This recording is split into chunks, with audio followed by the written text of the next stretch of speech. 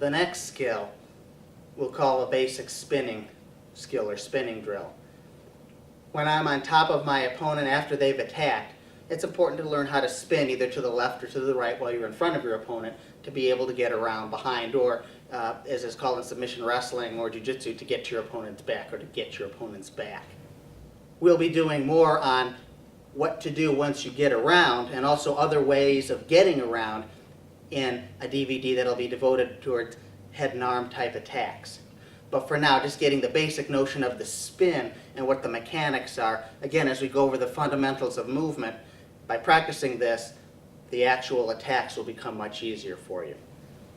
Spinning is a situation that tends to occur after my opponent or partner has attacked me, after I've sprawled, or perhaps after I've caught them in that head position or that head snap position we talked about and jerked them down to the mat. The basic notion of spinning around to get an opponent's back is predicated on being able to keep their weight forward, which I briefly mentioned when we went over that snap down. Keep your weight back, Kobe. If my opponent or partner's weight is back such that his weight is over his haunches and that supporting his weight is not dependent upon his arms being on the mat, as I try to maneuver around behind, all he has to do is reach up to block. And a good wrestler is going to do that and is probably going to defeat you in that position. And so, before I do anything, before I would ever consider spinning, his weight has to be forward on his hands. I need to get his weight past his center. I need to get his center of gravity past where his hips are, such that at least 51% of his weight is on his hands. At that point, he can't lift his hands up until he retreats back to get his weight over his hips to where he's not dependent upon his hands to hold his face up off the mat. So, before I spin, and we'll start with this position here, we'll be working head and arm in a future DVD which will dovetail off of this. But again, just to get the basic principle down, whenever you spin, and by the way, I'm on my knee now as I'm talking, but as we go over in defensive tapes in the future, but as we go over future DVDs on defense, you'll notice that I tell you to keep your knees up. But for demonstration purposes, and so I don't torture Colby here, my knee is down.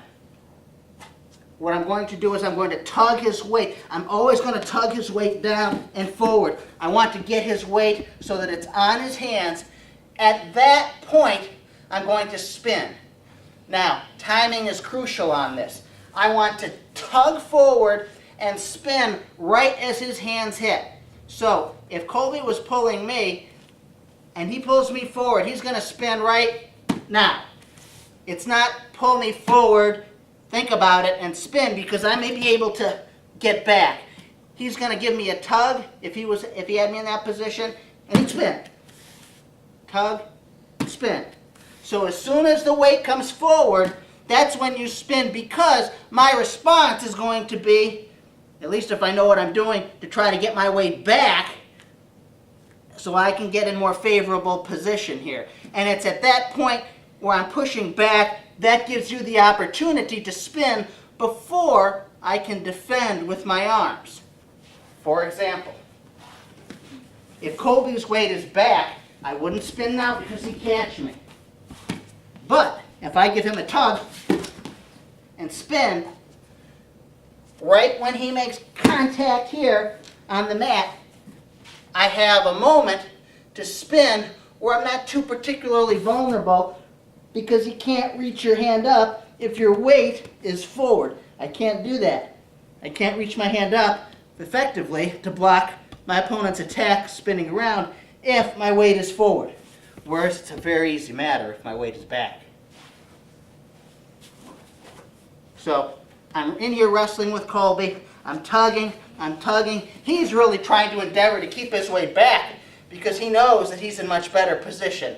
So I've got to keep tugging him forward. And remember, the hole has got to stay smaller than his head. and I've got to prevent him from going side to side, so I keep him squished here. And you'll notice too as you practice this, if this is against his chin, I've got excellent pull power here to kind of pull his weight along the axis of his spine forward. So I pull and spin.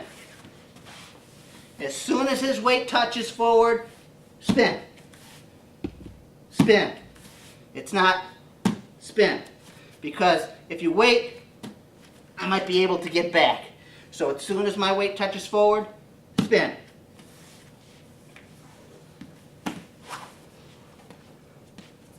For fighting in here, again, I would keep my knees up, but just for demonstration purposes, my knee's going to be down.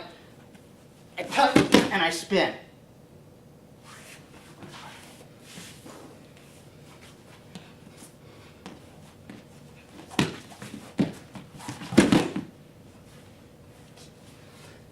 You'll also notice, as I spun, I kept my weight on my partner the whole way. For example, if when he's down, I've tugged him forward, and his weight is forward, and as I'm spinning, my weight stays on him. That makes it slower for him to be able to recover back to reach up. Whereas, if I give him a tug forward successfully, but then as I spin, I kind of let go and try to spin around without keeping my weight on him, that gives him the opportunity to get back to a better defensive position more quickly. So as I spin, my weight, I've tugged him forward, my weight stays on his back as I spin around the side, and that makes it a little more difficult for him to push back to get to the position where he can defend against my spinning. That's very, very important. When I tug him forward, I spin when he makes contact, and my weight stays on top of him, kind of pinning his weight forward, not forever, but hopefully just to slow him down to where when he's trying to get back to position, I'm already behind him.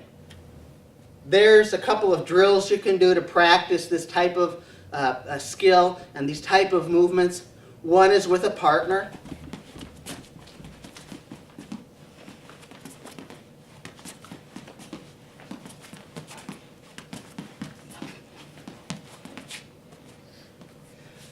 You'll notice as we do this drill, each time we come up in front, we keep our partner or our opponent's head down. We're always trying to control the head. We'll be getting more into this as we get into more advanced DVDs on defense. But again, these are fundamental movements. If you practice these now, they'll make sense later on, and they'll make your defense all that more successful. Another drill you can do alone to get that notion of kind of spinning to the left and to the right is simply by yourself, and this is a good drill to do both in terms of endurance as well as to get that fundamental skill down in terms of being able to transition right and left in a sprawl position or being able to spin.